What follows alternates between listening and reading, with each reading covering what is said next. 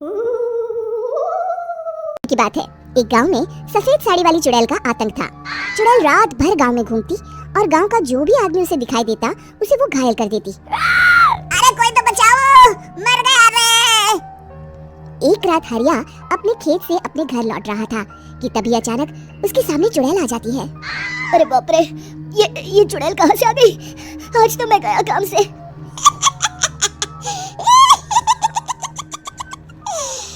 आज मुझे मेरा शिकार मिल गया। अरे चुड़ैल दीदी, मुझे छोड़ दो।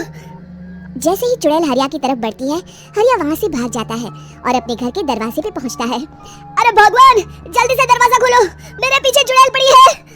हरिया की पत्नी जल्दी से दरवाजा खोल देती है। अरे आप इतना हाफ क्यों रहे हैं? अरे मेरे पीछे चुड़ैल पड़ी है, आज तो मैं बाल बच गया। जल्दी से सभी दरवाजे और सभी खिड़कियों को बंद करके बत्ती बुझा दो। तभी चुड़ैल हरिया के घर के पास पहुंच जाती है। अरे वो आदमी कहाँ गायब हो गया? मैं भी देखती हूँ आखिर कब तक बचेगा। मैं अपने शिकार को इतनी आसानी से नहीं छोड़ती। इतना कहकर चुड़ैल वहाँ से चली जाती है। वहीं दूसरी तरफ हरिया और उसकी पत्नी दोनों अपने घर की खिड़की से ये सब देख रहे होते हैं। अरे बाप रे, ये तो बड़ी डरावनी चुड़ैल थी। अगले दिन ये बात आग की तरह पूरे गांव में फैल जाती है और धीरे धीरे लोग चुड़ैल के डर के मारे शाम होते ही अपने घरों से बाहर निकलना बंद कर देते हैं। कुछ दिनों के बाद भाई, मैंने तो इस चुड़ैल के डर के मारे रात को अपने खेतों को पानी देना बंद कर दिया है। कहीं मेरी फसल सूख गई तो मैं तो कहीं का नहीं रहूंगा। साहूकार का कर्जा कैसे चुकाऊंगा? अरे भाई, पूरे गांव वालों का यही हाल है। पता नहीं ये चुड़ैल हमारे गांव में कहां से आ गई। फिर एक दिन गांव के पास वाली नदी के किनारे एक बहुत बड़े तांत्रिक के आने की बात कुछ गांव वालों को पता चलती है। वो लोग जाके ये बात गांव के मुखिया को बताते हैं। मुखिया जी, नदी के किनारे एक बहुत ही पहुंचे हुए तांत्रिक बाबा आए हैं। हमें उनसे मदद मांगनी चाहिए। मैंने सुना है वो बड़े बड़े भूतों और चुड़ैलों को अपने वश में कर लेते हैं।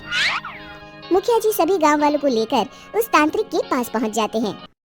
ओम फट स्वाहा, ओम फट स्वाहा। तभी तांत्रिक अपनी बंद आंखों को खोलकर कहता है, क्या बात है, तुम सब लोग यहाँ क्यों आए हो? मुखिया जी उस तांत्रिक को सारी बात बता देते हैं। अच्छा, तो ये बात है। और तांत्रिक अपनी आंखों को बंद कर लेता है। मैं देख रहा हूँ तुम्हारे पूर्वजों ने बहुत पाप किए थे, जिससे ये गांव अब श्रापित हो चुका है। उसी के फल स्वरूप तुम्हारे गांव में चुड़ैल आई है। ये चुड़ैल बहुत खतरनाक है, ये किसी को नहीं छोड़ेगी। हे भगवान, मर गए रे, अब क्या होगा? तभी गांव के मुखिया जी कहते हैं, बाबा, इस चुड़ैल से हम सबको बचा लीजिए, कोई तो उपाय होगा। इसका सिर्फ एक ही उपाय है, सभी गांव वालों को बारी बारी हर दिन अपनी आधी फसल उस पहाड़ी के ऊपर बनी काली गुफा में छोड़ के आनी होगी। तभी उस चुड़ैल की भूख मिटेगी और श्राप का प्रभाव खत्म हो जाएगा और तुम सब जिंदा बच जाओगे। सभी गांव वाले उस तांत्रिक की बात को मान लेते हैं और वहां से चले जाते हैं। फिर अगले दिन से रोज उस गांव के लोग बारी बारी से अपनी आधी फसल उस काली गुफा के पास जाकर रखाते। कुछ दिनों बाद हरिया की बारी आती है। बाप रे, आज तो मेरी बारी है उस काली गुफा में जाने की। क्या करूं? वो तो बड़ी खतरनाक चुड़ैल है, मेरे तो हाथ पैर कांप रहे हैं। फिर हरिया डरते डरते अनाज की बोरियां अपनी बैलगाड़ी में लाद देता है। तभी हरिया की पत्नी उससे कहती है, देखो जी, संभल के जाना और किसी भी हालत में शाम होने से पहले वापस आ जाना। उस चुड़ैल का कोई भरोसा नहीं है जी। हरिया बैलगाड़ी में बैठते हुए कहता है, भगवान, मैं क्या वापस आऊंगा? लगता है अब तो मेरी खबर ही आएगी। इतना कहकर हरिया वहां से चला जाता है। रास्ते में जंगल से गुजरते हुए हरिया की बैलगाड़ी का एक चक्का बड़े गड्ढे में फंस जाता है। हे भगवान, अब ये क्या मुसीबत है? हरिया नीचे उतर के पूरी ताकत से अपनी बैलगाड़ी को गड्ढे से निकालने की कोशिश करता है। बहुत देर मेहनत करने के बाद हरिया की बैलगाड़ी उस गड्ढे से बाहर निकल जाती है।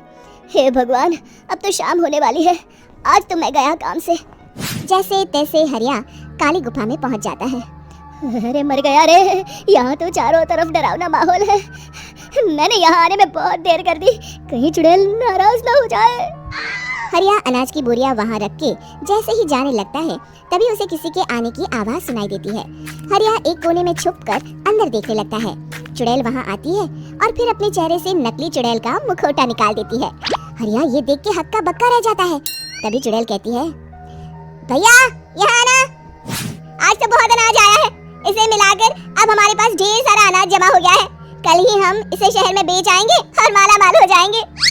तभी अंदर से नदी के किनारे वाला तांत्रिक बाहर आता है। अरे ये तो तांत्रिक बाबा है। हाँ, अब तो हम दोनों की जिंदगी मजे में कटेगी। गांव वालों को बेवकूफ बनाना इतना भी मुश्किल नहीं था। लोग तो तुम्हें सच में असली चुड़ैल समझते हैं। हाँ, तुमने सही कहा। अब ये गांव वाले चुड़ैल के डर से जिंदगी भर इस काली गुफा में अनाज पहुंचाते रहेंगे। अच्छा तो ये बात है, ये दोनों पूरे गांव वालों को बेवकूफ बना रहे हैं। अभी जाकर सबको बताता हूँ। हरिया उन दोनों की पूरी बातें सुन लेता है और जल्दी से वापस गांव में आता है। गांव वालों को पूरी बात बता देता है। इससे पहले वो दोनों हमारा अनाज लेकर शहर जाए, हमें उन दोनों को पकड़ना होगा। उधर दूसरी तरफ नकली तांत्रिक और नकली चुड़ैल बनी औरत एक बड़ी गाड़ी में सारा अनाज लाद के वहाँ से निकलने की तैयारी कर रहे होते हैं। जल्दी करो, इससे पहले हमें कोई देख ले, हमें यहाँ से निकलना होगा। और तभी वो दोनों देखते हैं कि सामने से सभी गांव वाले अपने अपने हाथों में मशाल लेके आ रहे हैं। दोनों बुरी तरह डर जाते हैं। रुक जाओ, तुम दोनों का भांडा फूट चुका है। अरे मर गए रे, ये गांव वाले कहाँ से आ गए? तुमने क्या सोचा इतनी आसानी से यहाँ से निकल जाओगे? ये अनाज हमने अपने खून पसीने से दिन रात खेतों में मेहनत करके उगाया है। दोनों मुखिया जी के पैरों में गिर जाते हैं। हमें माफ कर दीजिए, हम दोनों एक नंबर के कामचोर हैं, बिना मेहनत किए पैसे कमाना चाहते थे। हाँ, अब हम आगे से मेहनत मजदूरी करके पैसे कमाएंगे, हमें कुछ मत करना, हमें छोड़ दीजिए। इतना कहके दोनों गांव छोड़ के भाग जाते हैं और सभी गांव वाले फिर से खुशी खुशी रहने लगते हैं। शिक्षा, तभी तो कहते हैं कि किसी भी समस्या का समाधान केवल सूझबूझ से ही करना चाहिए और कभी हिम्मत नहीं हारनी चाहिए।